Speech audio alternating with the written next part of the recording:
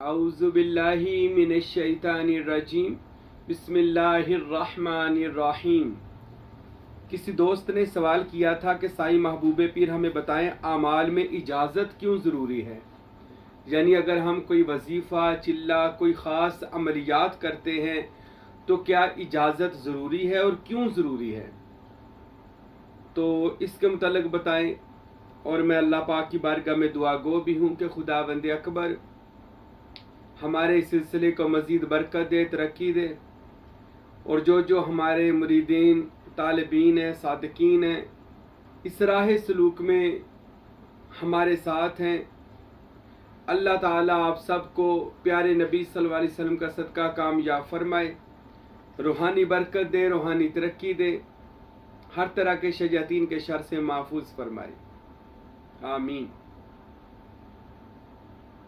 जैसा कि बेशतर बार बता चुके हैं कि हम सूफीज़म और तसव्वुफ़ और रूहानियत के फ़कीर हैं, और यही हमारा मशरब है, मसलक है जो सूफिया और औलिया अल्लाह का है। हमारे इस तरीके के अंदर बाइजाज़त, तरीक़त के अंदर बाइजाज़त वज़ाइफ करने से बंदा जल्दी कामयाब हो जाता है। अब देखिए, सबसे बड़ी कायनात में जो हस्ती है, मेरे और आपके आका मौला हबीब दो जहां रहमत आलम जनाब हज़रत मोहम्मद मुस्तफ़ा सल्लल्लाहु अलैहि व आलिहि वसल्लम, कमली वाले महबूब ने जब अपने सियाबा, पहले भी कुरान पढ़ते थे, सब पढ़ते थे, लेकिन अल्लाह के नबी ने फरमाया मुल्क पढ़ा करो, सूरह मुल्क पढ़ा करो, ये अज़ाबे कब्र से महफूज कर लेती है। अब देखें, है तो सारा के सारा कुरान, और हजूर के जितने साहबा हैं वो कुरान तो पढ़ते ही थे, सब कुरान पढ़ते थे, लेकिन मेरे और आपके महबूब नबी ने फरमा दिया लोगों कि कुरान की सूरह मुल्क लाजमी कर लो, इससे अज़ाबे कब्र से बच जाओगे। और हुआ भी यही, ये सूरह मुल्क अज़ाबे कब्र से महफूज फरमाती है। और हजूर पाक की ज़िंदगी का ही एक वाक़या है कि एक साहबी, उसने अपना खैमा गाड़ा और वो उसको नहीं पता था यहाँ पर किसी की कब्र है, तो उसने खैमा गाड़ा, तो उससे जब वो ज़मीन को खोद रहा था तो नीचे उसको सूरह मुल्क के पढ़ने की आवाज़ सुनाई दी। ये तिरमिज़ी में मौजूद है हदीस मुबारक, और दीगर भी हदीसों में मौजूद है। उस साहबी ने जाकर हजूर पाक से बताया, तो हजूर पाक सल्लल्लाहु अलैहि वसल्लम से बताया कि या रसूल अल्लाह, मैंने ये अमल देखा। तो मेरे और आपके महबूब नबी ने फरमाया कि अल्लाह ने उसको मुल्क की सूरह मुल्क वो ज़्यादा पढ़ता था, उसकी बरकत से अज़ाब कब्र से बचा लिया है, और वो आज भी सूरह मुल्क ही अपनी कब्र में तिलावत कर रहा है। और ये बहुत बड़ा सबूत भी है उन लोगों के लिए जो लोग कहते हैं कि नबी और वली अपनी कब्रों में कुछ नहीं कर सकते। औलिया सूफिया, औलिया अल्लाह, अल्लाह के महबूबीन बंदे, जो लोग कहते हैं जी वो तो कब्रों में ख़त्म हो जाते हैं, ये हदीस में मौजूद है कि वो अपनी कब्र में जिंदा थे और सूरह मुल्क की तिलावत कर रहे थे। और इसी तरह मेरे और आपके नबी ने इरशाद फरमाया, सुबह के वक्त मुजम्मल सूरत पढ़ो, सूरह मुजम्मल पढ़ने से फरिश्ते रिज़्क़ लेकर आते हैं। तो सहाबा फरमाते हैं, हमने जैसे ही मुजम्मल को पढ़ना शुरू किया, हजरत की इजाज़त मिली तो रिज़्क़ के दरवाजे खुल गए। सुबह रोज़ाना 3 बार सूरह मुजम्मल, ये सब आमलीन कामलीन ने लिखा है कि जो लोग 11 मरतबा रोज़ाना सूरह मुजम्मल पढ़ते हैं वो बंदे तस्खीर कायनात में एक माहिर आमल बन जाते हैं। और सूरह मुजम्मल पढ़ने से रसूल खुदा, मेरे और आपके महबूब नबी हज़रत मोहम्मद रसूलुल्लाह सल्लल्लाहु अलैहि वसल्लम का दीदार पाक भी होता है। सूरह मुजम्मल पढ़ने से रिज़्क़ भी आता है। अब सुबह के वक्त हजूर ने फरमाया यासीन पढ़ो, दिन की 10 हाजतें पूरी हो जाती हैं सूरह यासीन पढ़ने से। मेरे नबी ने इरशाद फरमाया, ऐ लोगों, जुमे के जुमे सूरह कहफ पढ़ो, सूरह कहफ पढ़ने से पूरा हफ्ता नूर ही नूर रहेगा। अब ये सारी की सारी हदीस से जो मैंने आयात बताई हैं, सूरतें बताई हैं, ये बाइजाज़त है। और जिसको अब अल्लाह के नबी की ज़ुबान मुबारक से निकला इसको पढ़े तो उसका फैज़ ज़रूर होना है। और मेरे दादा मुर्शद हज़रत फ़कीर नूर मोहम्मद सरवरी कादरी कुलाचवी, जो साहब इरफान है, जिनके बारे में बेशतर बार बता चुका हूँ कि हज़रत सखी सुल्तानुल आरफ़ीन सुल्तान बाहू रहमतुल्लाह अलैह का मुकम्मल फैज़ जिस हस्ती के पास पूरी कायनात में है वो फ़कीर नूर मोहम्मद सरवरी कादरी कुलाचवी है, कि जिन्होंने इरफान हिस्सा अव्वल और हिस्सा दो में लिखी, जो आज नेट पर मौजूद है, किताबी शक्ल में भी मौजूद है, इंग्लिश में भी नेट पर मौजूद है।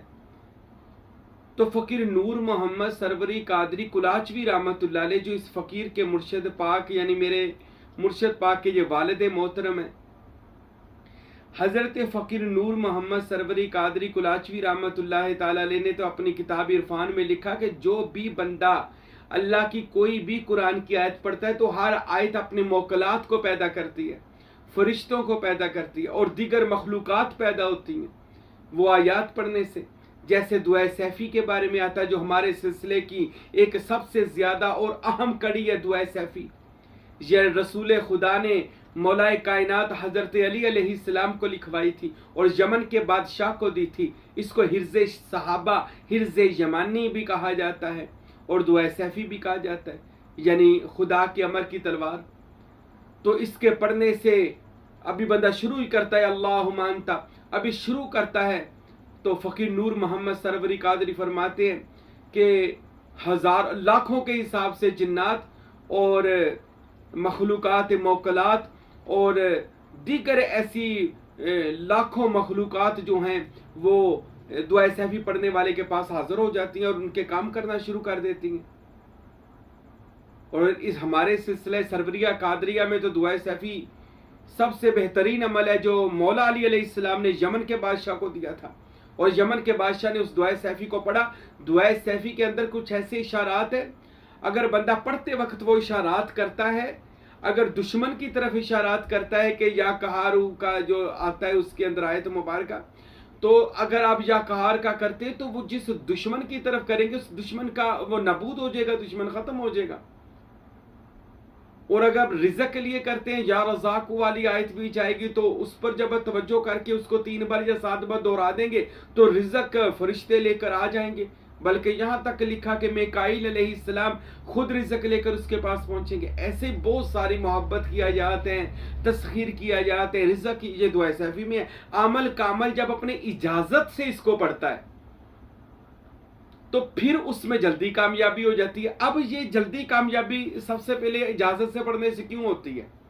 दरअसल जो कोई किसी भी आयात का पढ़ाई का, दुरूद पाक का, या जो ये मुंदरे और कड़े पढ़े जाते हैं, मौला अली सरकार अलैहिस्सलाम के नादे अली पढ़ा जाता है, जो लोगों ने यानी इसके वो अमल कामल होते हैं या आपके जो मुर्शिद होते हैं उनकी ज़ुबानों में वो तासीर आ चुकी होती है, वो पढ़ पढ़ कर वो ज़ुबानों में ऐसी तासीर आ चुकी होती है कि वो जो भी पढ़ाइयाँ होती हैं उनके मौकलात उनके मुसख्खर हो जाते हैं। फिर जब वो किसी को इजाज़त देते हैं तो वो मौकलात उसके साथ भी चल पड़ते हैं और बंदा अमाल में जल्दी कामयाब हो जाता है, रिज्जत का शिकार नहीं होता, यानी वो बंदे पर कोई परेशानी ज़मीनी आसमानी बलियात आफात नाज़िल नहीं होती। तो सालेहीन बंदों का अमल बताने से बंदा जल्दी उसमें कामयाब हो जाता है। मैंने मिसाल कायनात के पैगंबर मोहम्मद अरबी सल्लल्लाहु अलैहि वसल्लम की दी।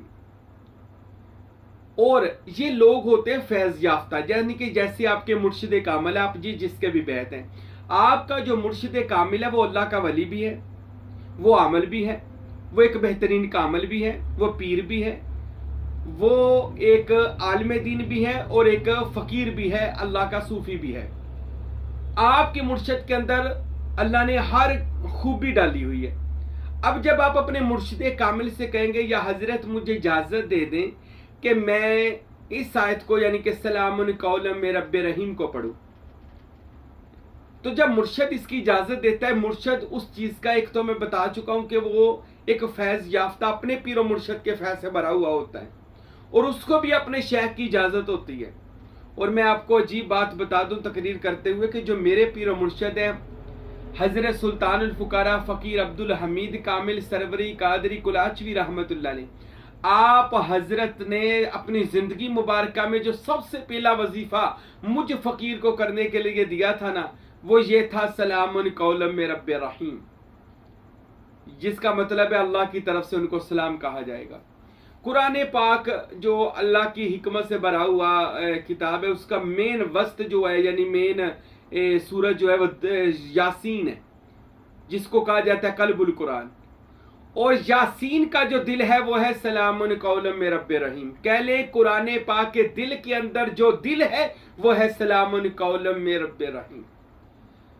तो इस फकीर ने इसका अल्हम्दुलिल्लाह वजीफा भी किया और इससे बहुत ज्यादा फैज़ व बरक़ात को हासिल किया। क्यों? ये पीरे कामल ने बता दिया था, उस हस्ती ने बताया जो इसका फैज हासिल कर चुकी है। एक वो बंदा जो यूट्यूब से उठाता है तो वो पढ़ाइयाँ शुरू कर देता है। मैंने तो बहुत ज्यादा देखा, या तो असर ही नहीं होती या होती हैं तो वो परेशानी का शिकार हो जाते हैं। इबादत के लिए तो आप कोई भी अमल कर ले, मैंने पहले भी बताया, नमाज पढ़े, कुरान पढ़े, हज करे, ज़कात करें, ये इबादत का मामला रहता है। लेकिन जब आप किसी को चिल्ला वजीफा कोई ऐसा अमल करना चाहते हैं जिससे आप कह ले कोई रिज़्क़ के लिए करना चाहते हैं, दुश्मनों को दफा दूर करने के लिए करना चाहते हैं, अदावत के लिए करना चाहते हैं, या मोहब्बत के लिए कोई अमल करना चाहते हैं, या कह ले लोगों के दिलों में अपना घर करने के लिए कोई अमल करना चाहते हैं, या ऐसा कोई अमल जिससे आप करके एक कह ले, वो फ़कीर नूर मोहम्मद सरवरी कादरी फरमाया करते थे कि मैं इस कदर दुआए सैफ़ी को उन्होंने पढ़ ली थी तो फरमाते थे अब मुझे कुछ पढ़ने की या चिल्ला करने की ज़रूरत नहीं पड़ती। जो मोहब्बत से मुझे देख लेता है उसको फैज़ होता है, जो बुग़्ज़ से देखता है, हसद से देखता है, वो उसका नुकसान खुद उठा लेता है। अल्लाह ताला ने अपने बंदे को याद रखे, ये बात जान ले मेरे भाइयों, ये बात मैं पिछले बयानातों में बता चुका हूँ। उस कायनात के परवरदिगार ने इंसान को सिर्फ ज़मीन पर इंसान ही अकेला बनाकर नहीं भेजा, और इसको सिर्फ बेबस और मजबूर ही बनाकर नहीं भेजा, बल्कि फरमाया इन्नी जाइलुन फिल अर्दी खलीफा, बेशक हमने जमीन पर इंसान को अपना जानशीन बनाया है। अब अल्लाह रब्बुल आलमीन सुपर पावर का जो जानशीन हो वो अंदर से खाली तो नहीं हो सकता। अब उस जानशीन को चाहिए कि किसी ऐसे का वली कामल की दरसगाह पे जाए जो जानशीन खुदा भी हो, जानशीन मुस्तफ़ा भी हो, जानशीन मुर्तज़ा भी हो, यानी पंजतन पाक और गौसे पाक का जानशीन हो। उसके पास जाए और जाकर अपनी हकीकत का आईना उससे खरीदे, यानी उसके बैत हो जाए। और अल मोमिनु मिरातुल मोमन, मोमन मोमन का आईना है। उस वली कामल के आईने के अंदर अपना जमाल देखकर उसकी पहचान में लग जाए। अब मेरे और आपके महबूब नबी ने फरमाया मन आरफा नफ्सहु फकद आरफा रब्बहु, जिसने अपनी पहचान कर ली उसने अपने रब की पहचान कर ली। अब इस इंसान के अंदर इतना बड़ा खुदा का पहचान का खजाना मौजूद है, लेकिन आज इससे महरूम है। क्यों? इस तरफ आते नहीं है। आना पड़ेगा तो किसी कामल पीर का बैत होना पड़ेगा, उसकी शागिर्दी करनी पड़ेगी, उसके तालिब इल्म होना पड़ेगा। इससे हर बंदा आज कुतराता है। तनकीद और एतराज का डंडा तो हर एक के हाथ में है। तनकीद कर देनी, एतराज कर देना, फतवेबाजियां, ये तो हमारे पाकिस्तान में वैसे ही आम है। जिसने जिंदगी में एक किताब नहीं पढ़ी होती वो फतवे लगा रहा होता है। ऐसे बंदों से तो मेरी वैसे भी बात नहीं है। मैं उन लोगों को बात कर रहा हूं जो सूफीज़म और तसव्वुफ और रूहानियत को जानते हों, जो अल्लाह के औलिया, अल्लाह की मारिफत को समझने वाले हों। उनकी क्या बात है। मेरे और आपके नबी ने इसके अंदर खजाना, इंसान के अंदर खजाना, और वो अल्लाह का जानशीन बनकर दुनिया में आए। और अल्लाह ने कुरान में एक और जगह फरमाया हम अपने नेक बंदों को जमीन का, कायनात का वारिस बना देंगे। जमीन का वारिस। अब कोई कह दे जी मेरा मुर्शद फलां चीज का मालिक है, तो कहते तूने बिद्दत शिरक कर दिया। और कुरान कहता है हमने जबूर में लिख दिया था कि मेरे नेक बंदे मेरे जमीन के वारिस बनेंगे। अब पूरी जमीन के वारिस अगर हम कह दे मेरा मुर्शद मेरा वारिस है, कहते शिरक है। किसी ने लिखा हो अली वारिस है, कहते शिरक है। किसी ने लिखा हो नबी वारिस है, कहते शिरक है। इन लोगों को और काम ही कोई नहीं। अल्लाह का कुरान इन्होंने सही तरह पढ़ा नहीं। अल्लाह फरमाते हम अपने सालेहीन बंदों को जमीन का वारिस कर देंगे। यह कुरान की आया मुबारक है। जबूर में भी लिखा है, मैंने खुद पढ़ा, जबूर में भी ये चीजें लिखी हैं। बाकी अहदनामों में भी अल्लाह ने इंसान की बड़ी शान और फजीलत लिखी है। तो मेरे भाइयों, जब ये कामल मुर्शद जो होता है वो एक तो जानशीन खुदा, जानशीन रसूल होता है, और उसके पास सिर्फ वो नाम का नहीं बैठा होता, उसके पास एक पावर होती है जिसे सखी सुल्तान बाहू रहमतुल्लाह अलैह फरमाते हैं हजूर नबी करीम सल्लल्लाहु अलैहि वसल्लम को जो गारे हीरा रोशनी की जगह पर अल्लाह ताला ने अपना इसमें खास मोहम्मद मुस्तफ़ा के कल्बे अतहर में उतार कर उनका इसम उनका जिस्म इसम में करके उन्हें इसमें बामुसम्मा किया था, यानी रसूल अल्लाह को अपना जाती इसमें अल्लाह ज़ात। जब रसूल अल्लाह से मिला तो रसूल अल्लाह का 24 घंटे का नाता खुदा के साथ जुड़ गया, जिसके दरमियान में कोई फासला ना रहा, हत्ता कि फरिश्ते का फासला भी खत्म हो गया। नबी पाक अल्लाह ताला कितने करीब हो गए, और वो इसमें अल्लाह ज़ात वो ही कायनात का इल्म है। सुल्तान उल आराफीन फरमाते, लोगों जान लो, जमीन व आसमान का इल्म इसमें अल्लाह ज़ात के अंदर है। जो बंदा तसव्वुर इसमें अल्लाह ज़ात करता है, वो जमीनी आसमानी इल्म से माला माल हो जाता है। रसूल खुदा ने वो इसमें अल्लाह ज़ात को कमाया, और फिर उन्होंने अपने दीवाने मौला अली सरकार को अता किया।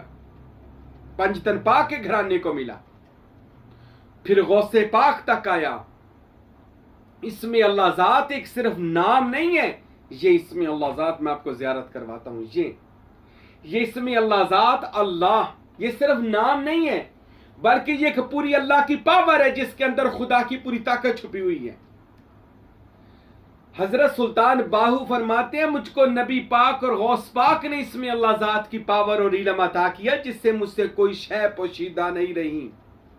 इसलिए सुल्तान बाहू की आप किताबें पढ़ेंगे, बातें करनी बड़ी सौखी हैं, पर अगर आप इल्म की दुनिया में आए तो आप हैरान हो जाओगे। सुल्तान बाहू ने वो इल्म बयान किया, इंसान का लतीफ़ा नफ्स, इसके साथ हमजाद और बशरे मिसाली सुल्तान बाहू ने बयान किया।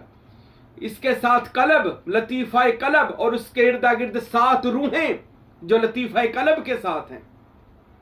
लतीफ़ा कलब हर में खुदा, उसके साथ लतीफ़ा रूह का जहान, जिसका ताल्लुक आलम मलाकूत और जबारूत के साथ है।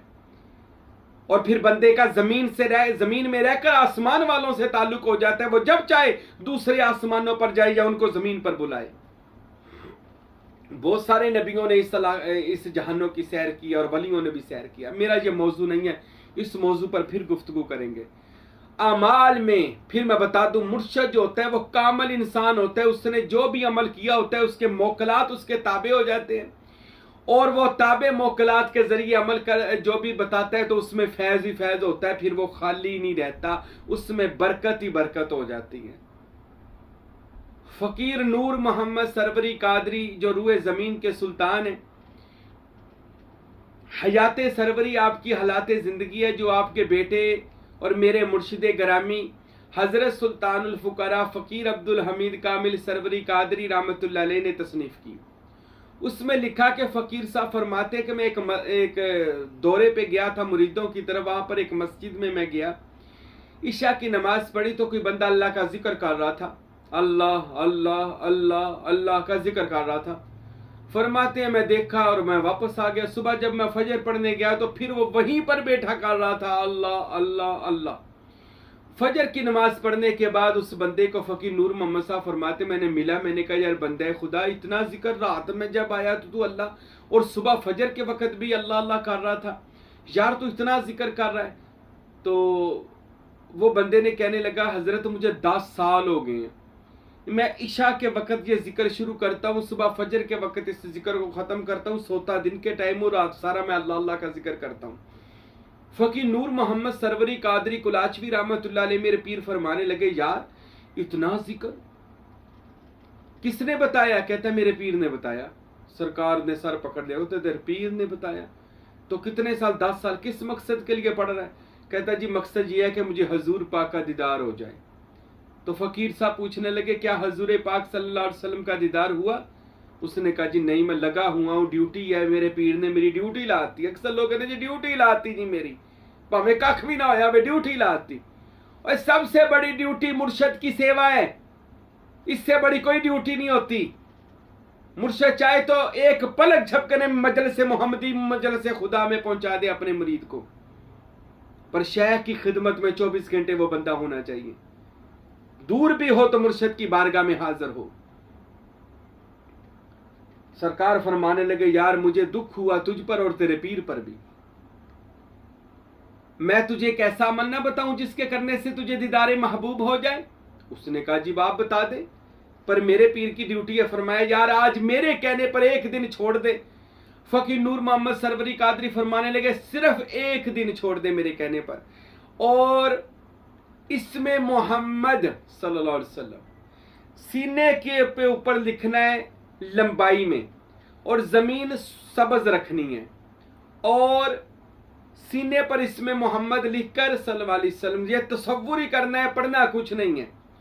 साथ सिर्फ इसमें मोहम्मद लिखकर अपने आप को रोज़े रसूल में समझना है, और मोहम्मद सल्लल्लाहु अलैहि वसल्लम से नूर निकलता देखना है कि इसमें मोहम्मद का नूर तेरे पूरे वजूद खाकी के ऊपर नीचे जा रहा है, और तेरा नूरी वजूद बन चुका है, हजूरी वजूद बन चुका है। पढ़ना हो तो साथ साथ कोई दुरूद पढ़ लेना, वो भी अपने दिल में पढ़ना, ऊंची ऊंची रोला नहीं डालना। कहता हजूर आपके कहने पे मैं कर लेता हूं। फकीर साहब कहते मैं उसको ये अमल बताने के बाद चला गया। रात वो बंदा सुबह इंतजार में बैठा था।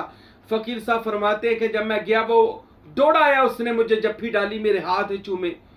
मैंने पूछा बंदे क्या हुआ? वो रो कर कहने लगा हजरत रात ही मुझे नबी पाक मोहम्मद मुस्तफ़ा का दीदार हो गया सल्लल्लाहु अलैहि वसल्लम। मैं कुर्बान जाऊं, हजूर का दीदार हो गया। सरकार ये क्या राज है?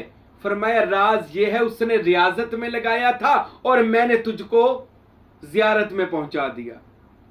उसने मुजाहदा करवाया, मैंने मुशाहदा करवाया। फर्क ये था वो पीर था, मैं फकीर हूं।